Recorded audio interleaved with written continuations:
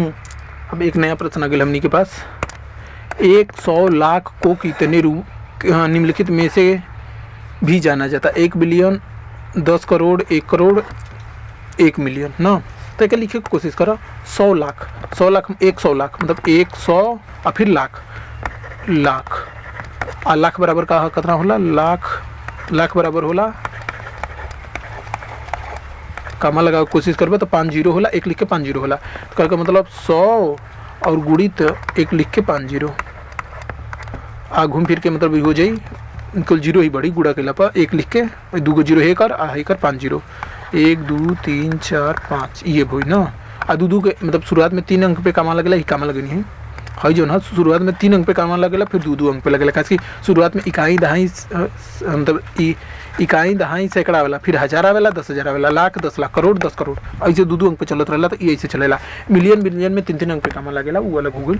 तो ऊ पैमाना ना जानत हो वजह तो अभी वहू के लिख देम का होला। तो ये हो गई ठीक बा। इकाई दहाई तो जानते हो वजह ना। तो एक कितना पढ़बा? इकाई दहाई सैकड़ा, हजार, 10,000, लाख, 10 लाख, करोड़, ये 1 करोड़ भइल। तो यानी 1 करोड़ के बराबर हुई। ठीक बा, 1 करोड़ है यानी क्वेश्चन सही बा। न्यूटन से इसे इसके द्वारा जाना जाता है। ठीक बा। अब देखो, अब मिलियन बिलियन की बात करबा। अब मिलियन बिलियन के बारे में कितना पता हुई वो तो समझिए ना पाई कि एकर मतलब का हुई, मी सही हुई कि ना हुई। देखो ये 10 करोड़ हो सकेला ना, काहे कि ये 1 करोड़ के बराबर बा। मतलब 100 लाख, 100 लाख 1 करोड़ के बराबर बा। ठीक बा ना, काहे कि 100 लाख बा तो इनमें 10 लाख हुई, फिर करोड़ हुई, मतलब 100 करोड़ में 1 करोड़, 100 लाख में 1 करोड़ हो जाई। तो यही हिसाब से ये तो 1 करोड़ सही बा। लेकिन मिलियन बिलियन के देख ला जा, ये क्वेश्चन में दिले बा। तो देखो होला पहले मतलब ये देखो भारत में का लाख करोड़ का यूज होला, लेकिन विदेशन में अंतर्राष्ट्रीय पद्धति में भी लाखों के यूज ना होला, केवल भारत में होला। अंतर्राष्ट्रीय पद्धति में जानला का होला? इकाई होला, इकाई होला, दहाई होला, फिर होला सैकड़ा होला, फिर हजार होला, फिर जानता हो का होला? 10,000 होला। देखो है इतना पैमाना तो भारतों में होला ना, ये पैमाना हमने भारतों में यूज करने जा, लेकिन आप विदेशों में उतना पैमाना यूज करने जा। लेकिन एक बाद है 10,000 के बाद बदल जाला। विदेश में जानला का यूज होला? 100,000 यूज होला, 100,000। एक बाद जाना तो का होला? मिलियन आवेला, मिलियन, फिर आवेला 10 मिलियन, फिर जानला का आवेला 100 मिलियन आवेला, 100 मिलियन, फिर आवेला बिलियन, फिर आवेला 10 मिलियन, अरे 10 बिलियन, बिलियन, फिर जानता हो का आवेला 100 बिलियन, 100 बिलियन, फिर आवेला हजार, हजार ना 100 बिलियन के बाद 100 के बाद हर बार खत्म होता ना। एक बाद आवेला ट्रिलियन, ट्रिलियन, फिर 10 ट्रिलियन, 100 ट्रिलियन, फिर एक बाद क्वार्टरिलियन आवेला। तो वो सब बात अलग हो गई। इतना तक ही है। 1 ट्रिलियन बहुत बड़ा अंक हो गई। अब देखो, अब हमने के भारत में का यूज करने जा? भारत में हमने के यूज करने जा इकाई, इकाई ठीक बा, फिर दहाई,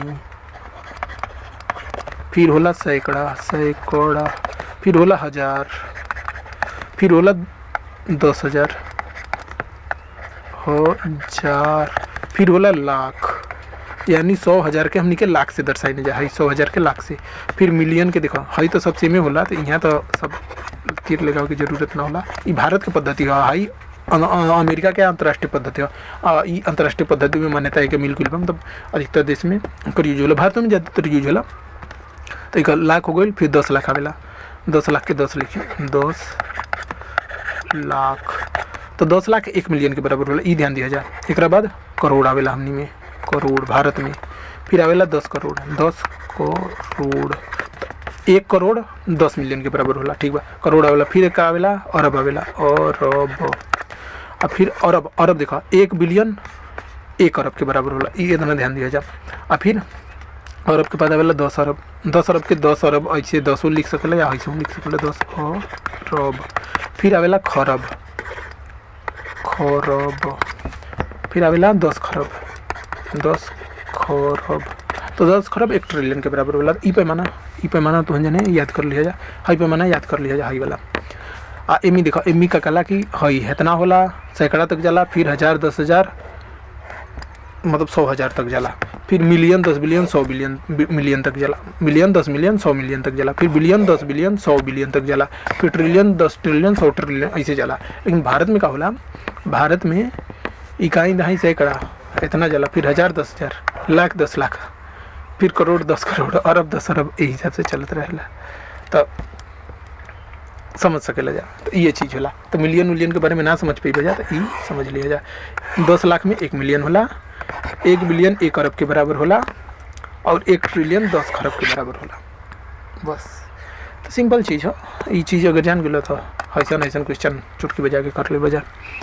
ठीक बा, वीडियो बंद करता नहीं। यही बारे में और यही चैनल पे संख्या पद्धति वाला चैप्टर में बात कर ले बनी। ई सब इकाई नहीं, ई सब का होला, संख्या पद्धति होला। और मिलियन बिलियन इसका होला संख्या पद्धति, अरे स्थानीय मान होला, स्थानीय मान संख्या पद्धति का स्थानीय मान वाला चैप्टर मतलब कि वीडियो में बतैले बनी। स्थानीय मान के एक वीडियो हुई, ओके देखो जा तो उम्मीद ज़्यादा डिटेल से बतैले बनी। तो ये सब का होला, इकाई नहीं सैकड़ा, ये सब स्थानीय मान होला, हर एक अंक के स्थान मान होला। जैसे हई करोड़ रुपये बा न, तो एक मान बा, तो एक वैल्यू 1 ना भइल, एक वैल्यू 1 करोड़ भइल। अगर मिलियन बिलियन में बात करे की कोशिश करबा तो 1 करोड़ कितना के बराबर होला, 10 मिलियन के बराबर, यानी ई 10 मिलियन के बराबर भाई, एक के वैल्यू 10 मिलियन के बराबर बा। तो ये होला। चलो ठीक बा, वीडियो बंद करता नहीं।